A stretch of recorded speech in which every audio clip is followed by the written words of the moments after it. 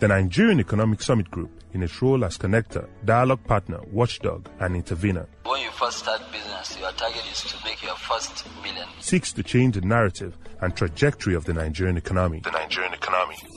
Together with our partners, we're not just solving problems, but preventing them, because when advocacy succeeds, the nation transforms for the better.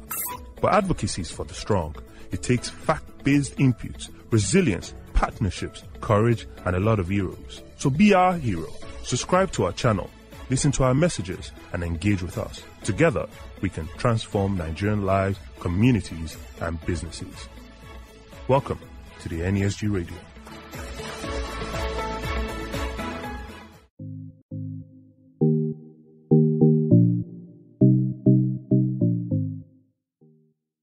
Okay, so hello, listeners. Good morning.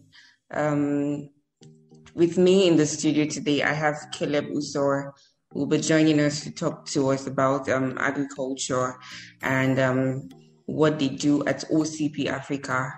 Caleb Usor is the business leader. He is at present the country manager / deputy managing director for OCP Africa Fertilizers Nigeria Limited.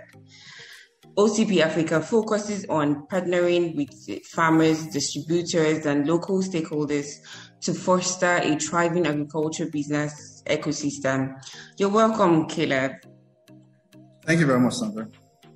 Okay, great. So we'll just, jump right into this. As you know, OCP Africa is the subsidiary of OCB Group and has collaborated with some Nigerian research institutions to develop a specialized fertilizer needed to boost wheat production in country and also reduce the importation demand for cereal again.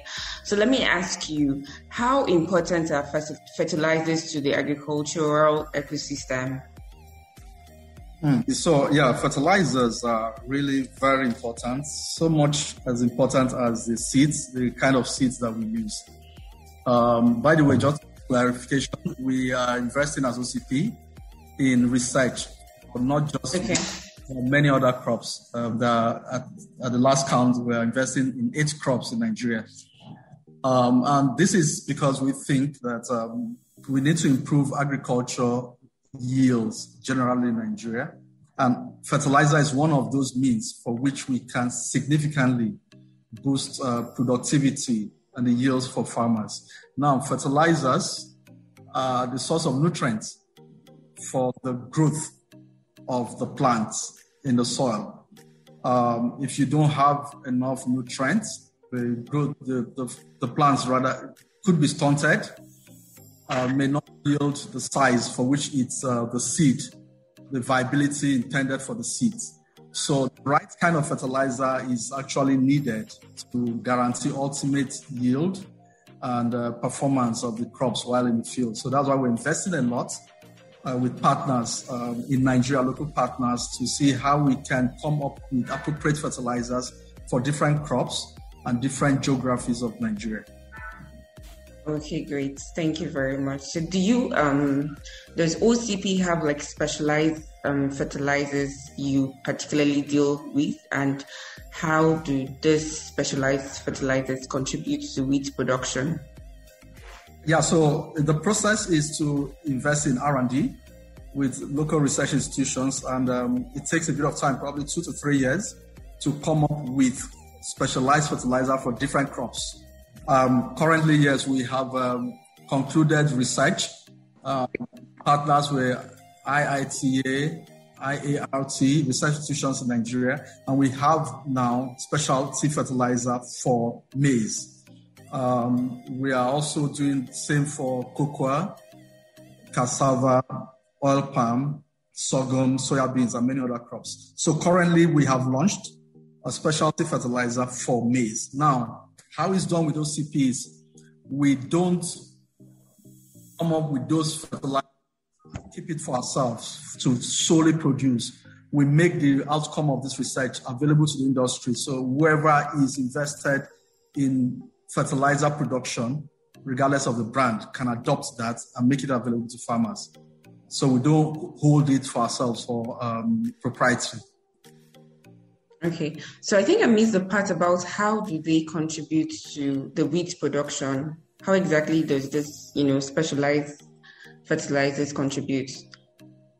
For wheat, particularly like every other crop, is the fact that if we have opportunity to significantly boost wheat production in Nigeria, and that's because it's one of the biggest consumed crops in Nigeria. So how would this fertilizer, specialty fertilizer, help?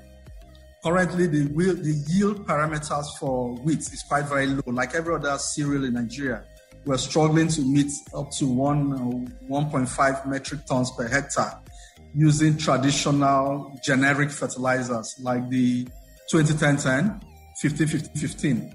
Now, with the specialty fertilizer, we are providing the micronutrients needed and the macronutrients in the right proportion.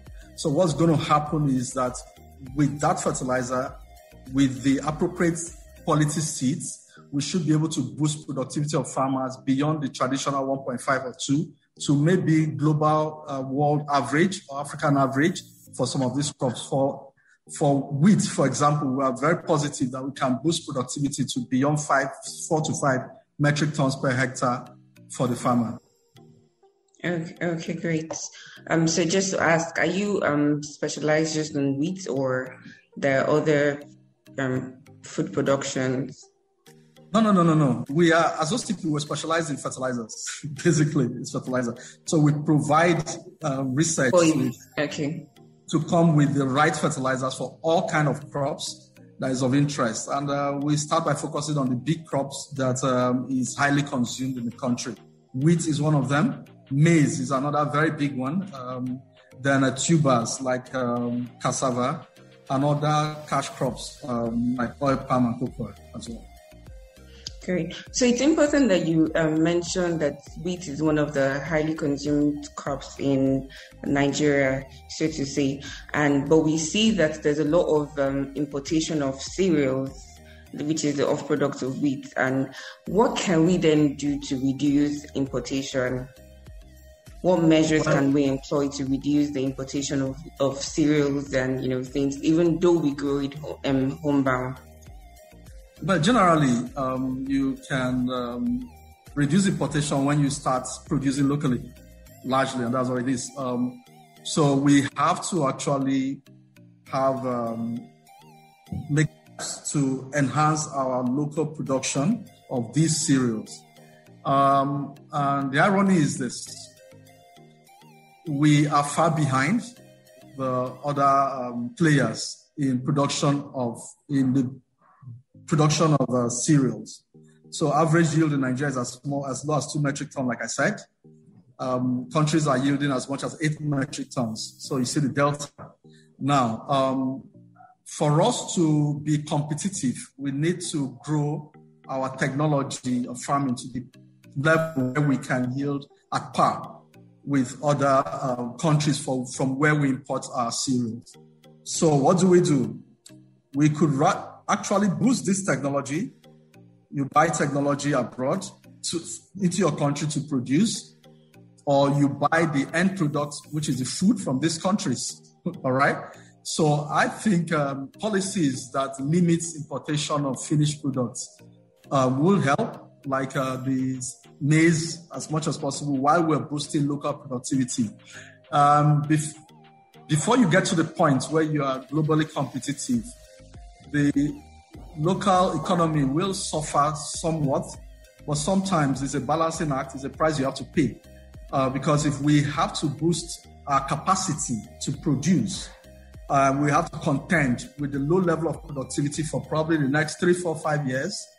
And that also has an effect. So the effect is that you have a lot more demand than local supply can meet.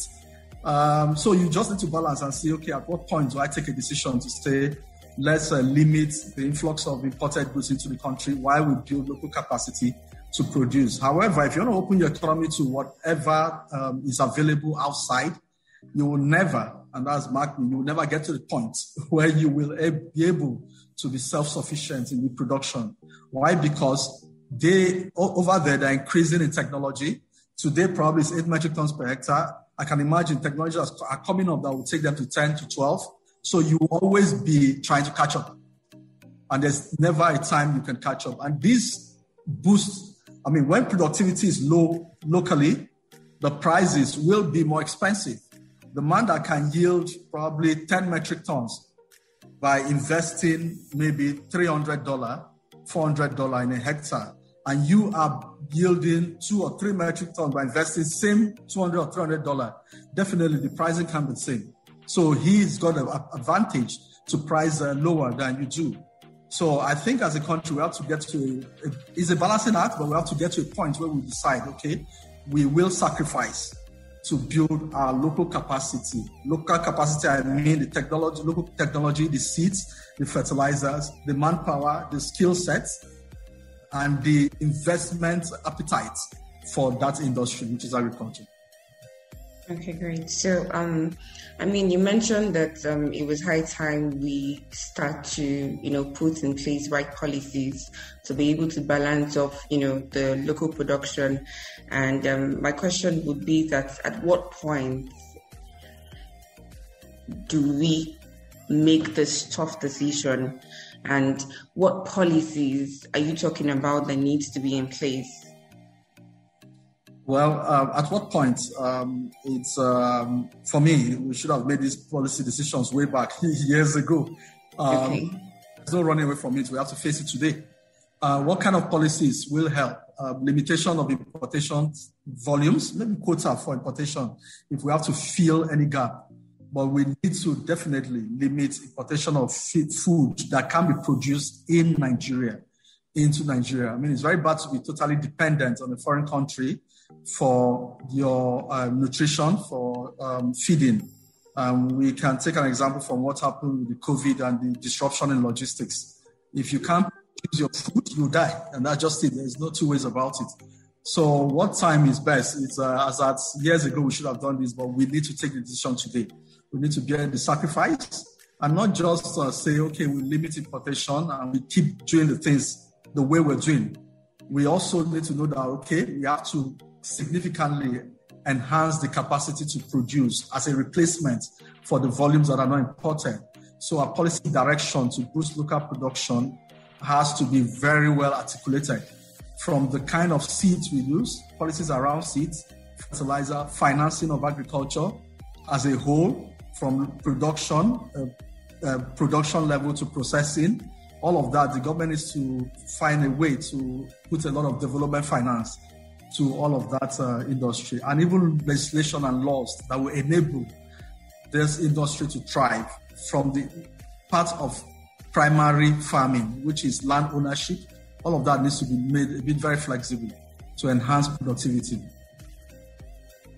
Okay, thank you very much, Caleb. So on a very light note, what derivative of wheat do you enjoy eating?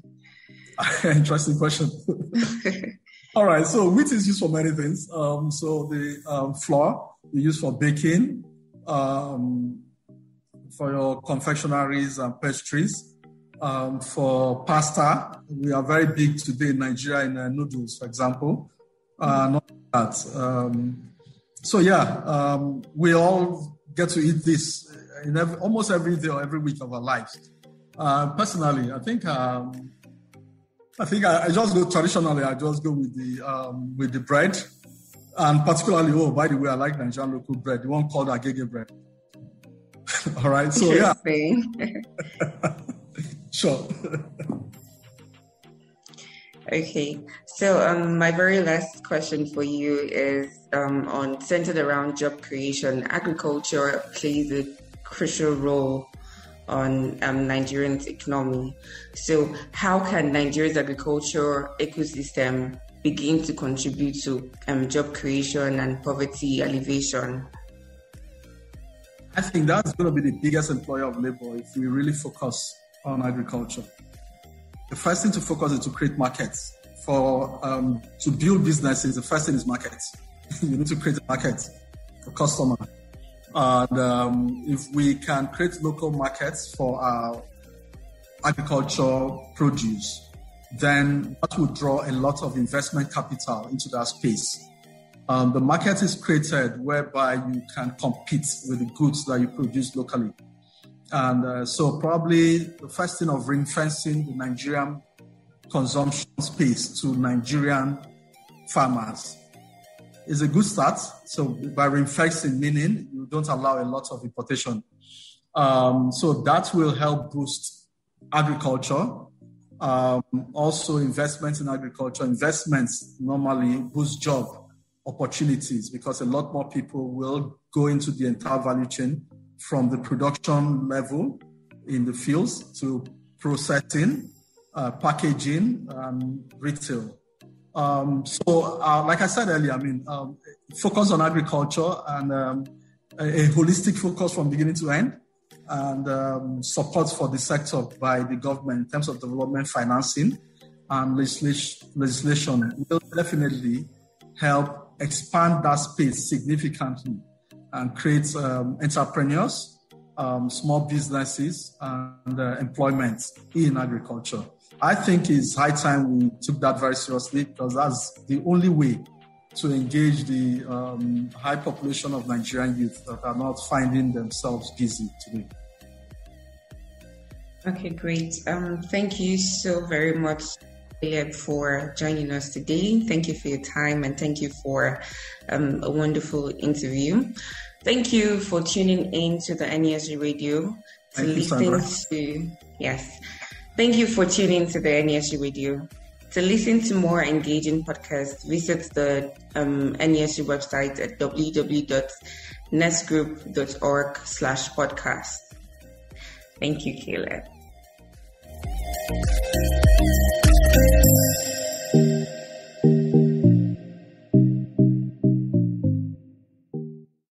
Thank you for listening to our content today. Remember to subscribe to the NESG Radio. Follow us across all social media channels and visit our website www.nesgroup.org/NESG Radio. NESG in the national interest.